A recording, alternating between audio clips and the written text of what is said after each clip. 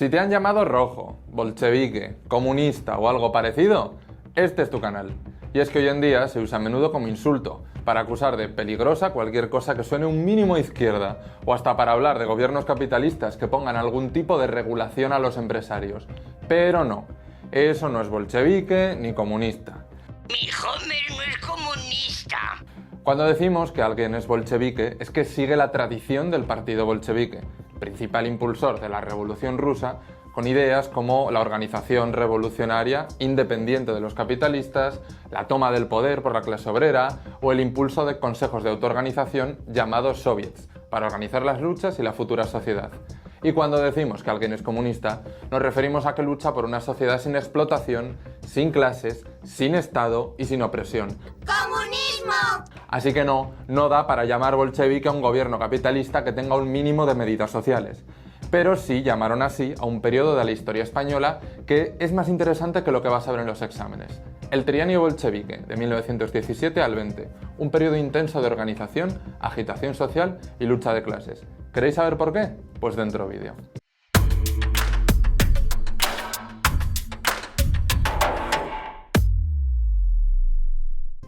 La Revolución Rusa de 1917 puso en alerta a los poderosos de todo el mundo. Y también a los gobiernos españoles, como podéis imaginar, les daban miedo los bolcheviques, que la revolución se extendiera y que les alcance. El tema de este vídeo no es la Revolución Rusa, para eso puedes echar un vistazo a más vídeos como este, aunque sin embargo hay que aclarar dos cosas. Primero, una revolución no es cambiar un gobierno, es una transformación profunda del orden social y político. Una clase social que no tenía el poder se dispone a conquistarlo y cambiar el mundo de base. Para conocer más, te dejo la recomendación literaria de este vídeo, 10 días que estremecieron al mundo de John Reed, un testimonio excepcional sobre la Revolución Rusa. Y dos, en el caso español no hubo una revolución en el trienio bolchevique, aunque sí que hubo quienes pensaron en ello. La situación española del 17 estaba marcada por la crisis del régimen, llamado la Restauración.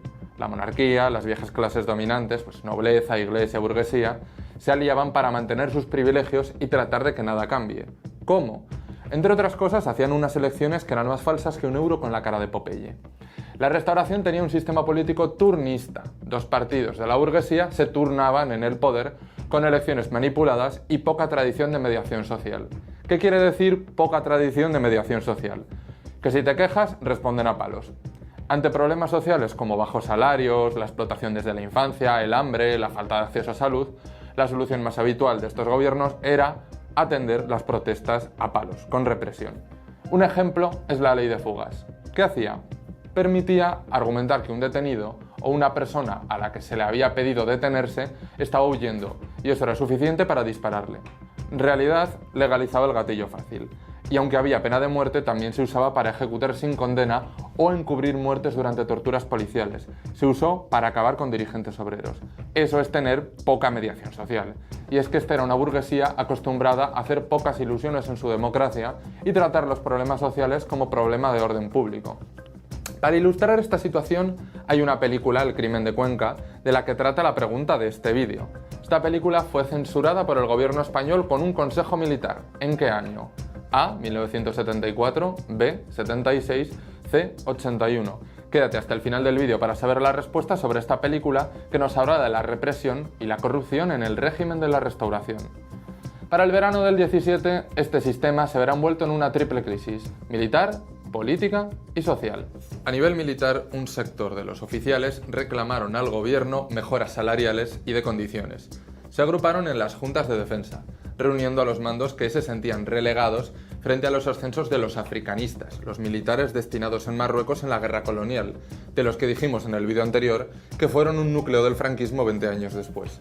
Para la crisis del 17 crecieron las voces que cuestionaban la autoridad del Parlamento y el gobierno sobre el ejército. A nivel político, el Parlamento fue cerrado y el gobierno de Eduardo Dato gobernó por decreto, lo que generó un clima de ilegitimidad y descontento en amplios sectores. También un sector de diputados republicanos y catalanistas se separaron, formando una asamblea de parlamentarios en Barcelona, que pedía reformas al gobierno de turno de partidos sin éxito. A nivel social, las jornadas de trabajo crecen, los precios crecen, los salarios no crecen. ¿Por qué? En la Primera Guerra Mundial no participan ejércitos españoles. ¿Es que se levantaron pacifistas ese día? No. es por negocios. La burguesía española hizo grandes fortunas comerciando con ambos bandos en guerra, dispuestos a pagar un precio cada vez mayor por los bienes que no podían producir en guerra. Ese aumento de precios y horas de trabajo cayó sobre la clase trabajadora española. Y como lo de trabajar más y vivir peor no nos viene bien, se dio un fuerte aumento de la conflictividad social, con huelgas y protestas en todo el país y de la organización obrera. Las dos grandes centrales sindicales crecieron rápidamente. La UGT, afín al PSOE, pasó de 40.000 afiliados en 1910 a 100.000 en el 17, y la CNT, anarquista, de 26.000 a 700.000 en 1919. ¿Y con estas fuerzas qué hicieron? Convocaron una huelga general juntas por la bajada de precios en diciembre del 16. La unidad de acción de estos dos sectores era algo nuevo, pero esta unidad para un día de huelga fue principalmente un acuerdo de direcciones, sin una articulación sólida en la base. La siguiente gran acción fue la convocatoria de una huelga general en agosto del 17, esta vez bajo la etiqueta de revolucionaria y que duró casi una semana, aunque a pesar de llamarla revolucionaria, no estaba organizada como un paso clave para tomar el poder.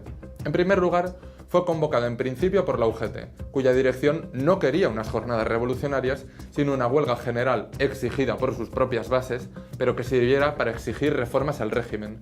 ¿Cómo sabemos que lo de llamarla revolucionaria era un truco? Bueno, entre otras cosas, el comité de huelga diría: se nos acusa de no haber preparado debidamente un movimiento revolucionario cuando lo que se nos había encargado era preparar una huelga general. En segundo lugar, la CNT se sumó a la convocatoria en algunos lugares, pero no la secundó en gran parte del territorio. ¿Qué pasó? Que en muchos casos sus bases fueron a la huelga, pero sin convocatoria y sin dirección.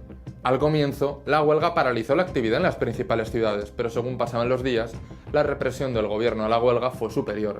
Dato declaró el estado de guerra, es decir, el uso de soldados y tribunales militares para sofocar el movimiento. Más de 70 trabajadores fueron asesinados según los datos oficiales. Un ejemplo de la dureza de la represión fue el conocido como Tren de la Muerte, desde el que las tropas disparaban en las cuencas mineras asturianas sin bajar ni del tren. Habrá que sumar cerca de 2.000 detenciones, torturas, numerosos despidos o el encarcelamiento del comité de huelga. La represión del Estado y la falta de una alternativa política revolucionaria permitieron que el régimen sobreviviera en una situación de equilibrio precario. Ni los gobiernos podían contener la protesta social con normalidad, ni el movimiento obrero tenía una dirección revolucionaria capaz de imponerse y darle una salida a estas crisis desde abajo. Podríamos decir que el régimen de la Restauración atravesaba una crisis orgánica. ¿Qué es eso? Una crisis orgánica es un momento excepcional donde la autoridad de la clase dominante y sus instituciones entra en crisis, aunque no necesariamente se transforma en una revolución de inmediato. El viejo régimen no acaba de morir y el nuevo orden no acaba de imponerse. ¿Qué sucedió después de la crisis del 17? La conflictividad del trienio bolchevique no había hecho más que empezar. Entre el 18 y el 20 se dieron importantes batallas de los trabajadores del campo y de la ciudad. Algunas de ellas merecen un capítulo propio, como la conquista de la jornada de 8 horas, que la dejo para el siguiente vídeo.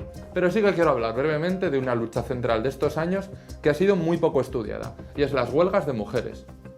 En el invierno del 18, decenas de miles de trabajadoras en más de 30 ciudades españolas organizaron grandes huelgas por la bajada de los precios del alimento, energía o alquileres. Para estas mujeres, la supervivencia familiar era su tarea asignada por su rol de género, al tiempo que muchas entraban también al trabajo asalariado. El aumento de precios golpeó este ámbito directamente, y ese invierno protagonizaron huelgas generales, manifestaciones, protestas de control de precios y contra la represión. Estas huelgas paralizaron ciudades como Málaga, Barcelona, Alicante o la comarca de Ferrol.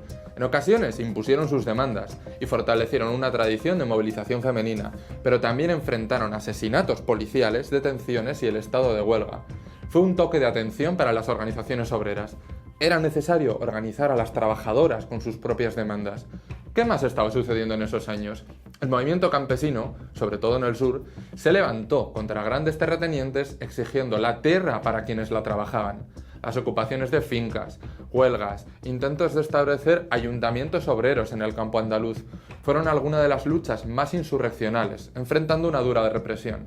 En las ciudades, las horas de huelga ascendieron a máximos en el 19 y casi cualquier parte de la economía había parado en algún momento, dándose peleas por el control de fábricas y servicios públicos. La unidad de acción de UGT y CNT no volvería a darse a gran escala estos años. La UGT se movía entre el apoyo al programa de reformas del PSOE y el apoyo a acciones más radicales en sectores de sus bases. Al orientarse hacia la reforma gradual del sistema, no había un plan para tomar el régimen y tomar el poder. La CNT unía un rápido crecimiento con sindicalismo e intentos aislados de insurrección, que sufrían una dura represión. Y así tampoco desarrolló una estrategia para tomar el poder, al no creer en tomar el poder desde una orientación anarquista. Estas organizaciones tampoco vieron la necesidad de levantar organismos de autoorganización, o sea, consejos, comités o asambleas, que permitieran actuar en común a las bases de las organizaciones y unirlas con el resto de trabajadoras sin organizar, pudiendo decidir desde abajo qué rumbo tomaban las luchas, qué necesitaban, cómo conseguir alianzas, etc. Son organismos muy importantes para sumar fuerzas y unidad de acción, pero también es un ensayo de cierta democracia desde abajo para pensar cómo habría que organizar el mundo desde abajo.